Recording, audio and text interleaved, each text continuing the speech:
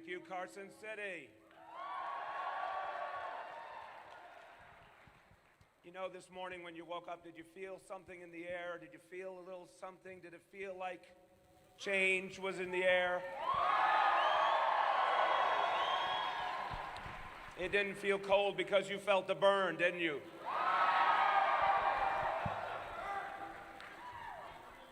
Everybody here has been part of building this extraordinary movement, and it has only just begun. But I want to take a moment to thank someone who has been one of the great architects of this movement, who has sustained it throughout. Let us thank Jane O'Meara Sanders. Thank you, Jane.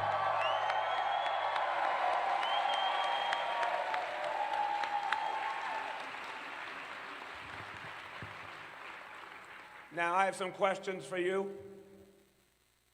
Are you fired up for Saturday? Are you ready to caucus? All right, let's take this up a notch. Are you ready to take on the billionaire class in America?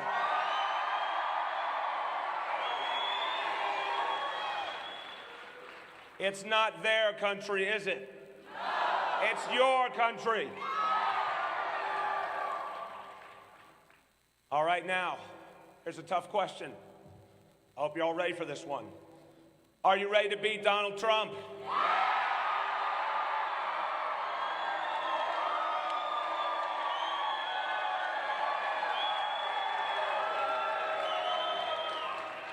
Are you ready for him to retire in Mar-a-Lago?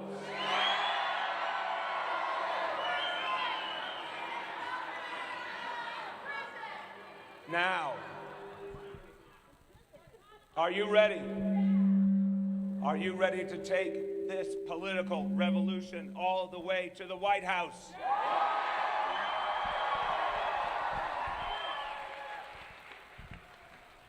Now, I have come from far away to spend some time with you. I've come from New York City. But I want to tell you, we have a lot in common with Nevada. First of all, we're a place where every kind of people has come together from all over the world, and we like it that way. We think that's good. Second, we stand with labor unions and working people. We believe that our country should put working people first. But I'm going to confess to you, even though I'm very proud of where I come from, we have had struggles. We have had struggles, we've had things we've had to overcome.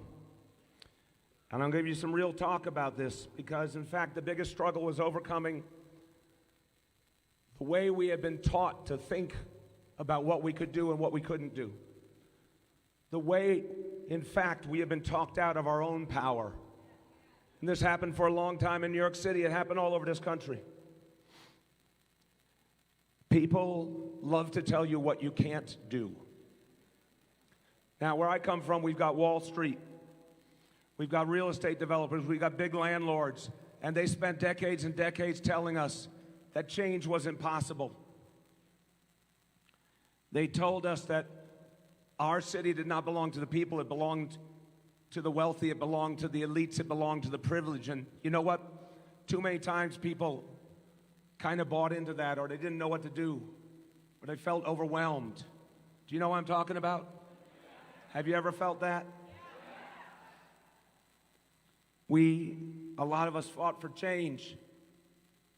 We fought for things like a $15 minimum wage. We fought for paid sick days for working people. And when we fought for those things, those status quo voices told us it would wreck the economy. There'd be no more jobs. The sky would fall. Whenever you talk about change, they tell you beware. They tell you watch out. All that change is going to come back and hurt you. But you know what? We didn't believe them. We didn't let them slow us down. We didn't stop. We didn't stop when they tried to push us back.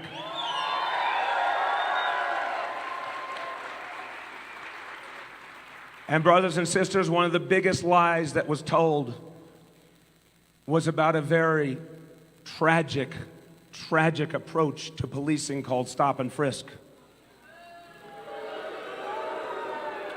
For years and years, we were told that we needed a broken and discriminatory system that denigrated young men of color, that separated police from community and created division. We were told we needed it. If we didn't have it, oh my God, there'd be so much crime, there'd be so much chaos. We were brainwashed. But a lot of us didn't believe it. A lot of us fought back. I am sorry to report to you that the chief proponent of stop and frisk is in fact running for president of the United States in this election.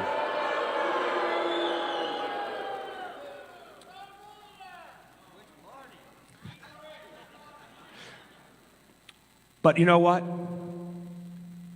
They kept telling us, and they kept telling us. And what it always boiled down to was don't rock the boat, don't change the status quo. When you translate it, it's not actually hard to understand. They always tell you, leave things the way they are so they can keep the power and the wealth for themselves. That's what it always comes down to. The powers that be, the corporate interests tell us what we can't do, but it's up to us to not believe them.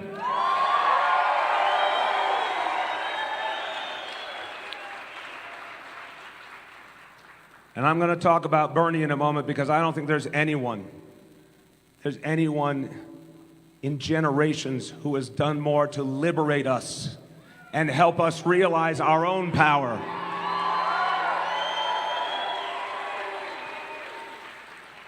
Because those with power, they're so used to looking down on us that they don't know what we're capable of.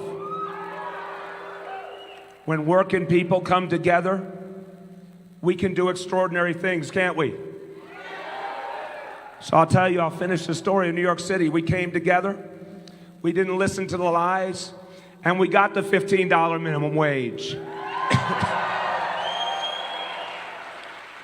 We didn't listen to the lies, and we got paid sick days for working people.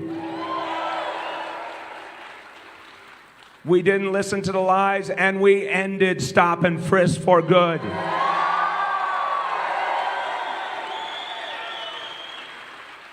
So if anyone tells you these ideas are too radical, you say, no, these ideas are possible and we will make them happen. It's time to bring change to Nevada.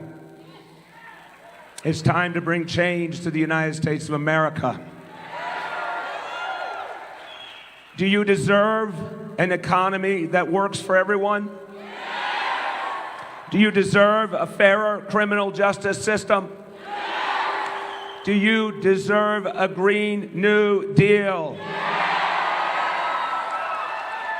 Do you deserve Medicare for all? And it's time to do it.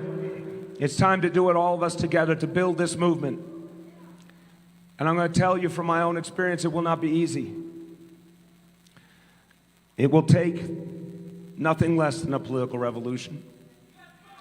And you will meet many opponents along the way, and you cannot be discouraged. And if you need a little bit of confidence, if you need a little bit of hope, well, I remind you, just a few days ago, who won in Iowa? And then who won in New Hampshire? And who will win this Saturday in Nevada?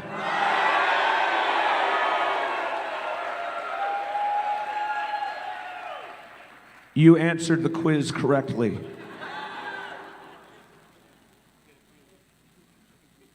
There's only one candidate, brothers and sisters. I feel this in my heart. There's only one candidate who can bring together the kind of coalition of working people of all races and ethnicities, every part of this country, young and old, everyone in common cause. There's one candidate who can do it. There's one candidate who can not only win the White House, but then build the movement for change.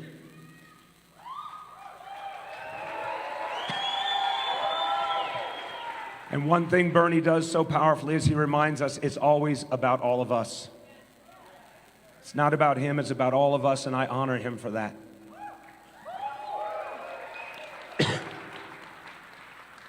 We know who he is because he's been the same person. He has believed in the same things decade after decade. We know who he is because he has had the faith in us to show us what we can do, to believe in our power. He has shown time and time again that he can build a movement for bold progressive change. There's only one candidate who's shown that. There's only one candidate who built that. There's only one candidate who can win in November and deliver a new America for working people.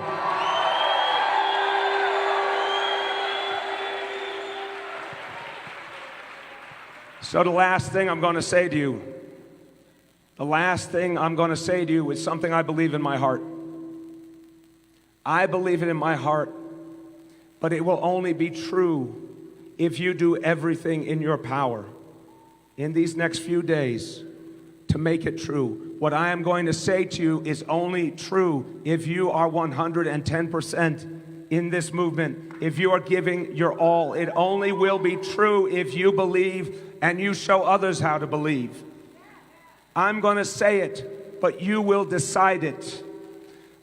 Brothers and sisters, I introduce to you the next President of the United States of America, Senator Bernie Sanders.